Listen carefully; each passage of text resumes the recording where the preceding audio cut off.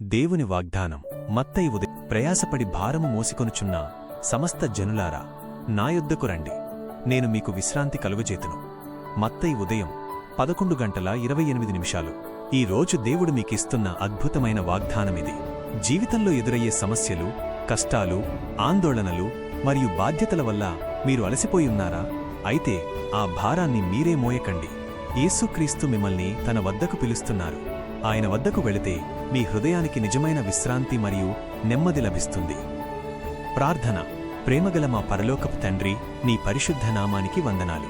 ప్రభువా, నేటి వాగ్దానం ద్వారా నాతో మాట్లాడినందుకు నీకు కృతజ్ఞతలు. నా జీవితంలో నేను మోస్తున్న ప్రతి భారమును, సమస్యలను, ఆందోళనలను నీ పాదాల చెంత ఉంచుతున్నాను.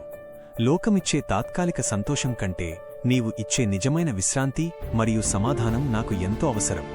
నా హృదయ భారాన్ని తగ్గించి నీ పరిశుద్ధాత్మతో నన్ను నింపి నన్ను ధైర్యపరచమని వేడుకుంటున్నాను.